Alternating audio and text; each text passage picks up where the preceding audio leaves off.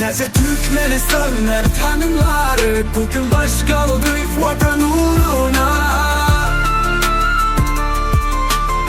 Afganistan'ın Taliban hükümeti.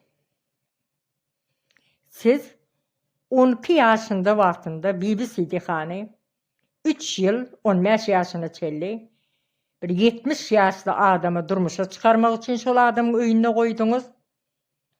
Nämemişin atasının bergisi varmışın. Taliban hükümetinin içinde Türkmen yok mu? Men Türkmen, elhamdülillah men Müslüman deyip döşünüzü ura yar ettiniz. Yöne näme için şu cağız 50 atacak kız için siz adalet talep etip bilmediniz. Size elinize silah alıp urşun demedi ya. Yöne adalet talep edin. Şu kıydın arkasında durun. Siz Türkmen değil mi? Ya sizin kanınızda başka bir kan var mı? Ya kanınıza virüs düştü mü?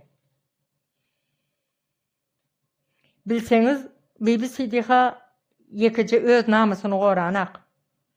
Ehli Türkmen halkının namusunu koravatır. Ehli zenanların namusunu koravatır. BBC'de tüveleme, katı mert kıydaki. Şu kıydın kadırını bilin, arkasında durun. Bilseniz bu Türkmenin, ehli Türkmenin mertebesidir.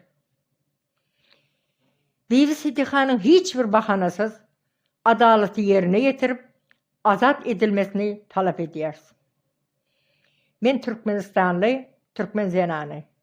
Ehli Türkmen zenanların adından, ehli zenanların adından men azat edilmesini talep ediyorum. Adalet ve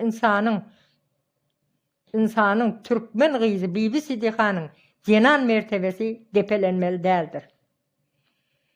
BBC bir çağı, onun hakiki yeri okudu.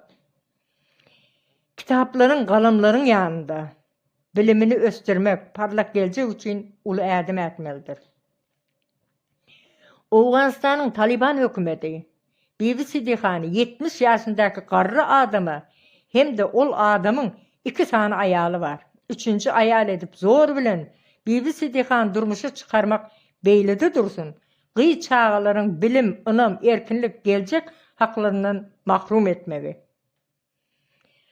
Adalet, insan mertebesi ve çağların hakları kurumaları ülkelere doğru gelmeye. Bütün cevapkar kurumalar, insan hakları ve oyanın vicdanların BBC'nin yağdayına adaletli ele alıp ve çağ haklarını korumak için cevapkardır. Ve tesir edici edim etmesine karışılıyor.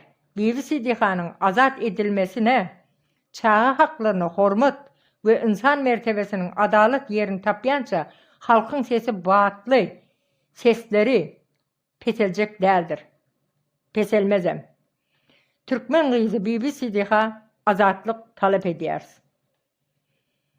Eğer vicdanınız var olsa şu kıydın arkasında durun. BBC'de azatlık talep ediyoruz. Hükmen türmeden boşadılmalıdır.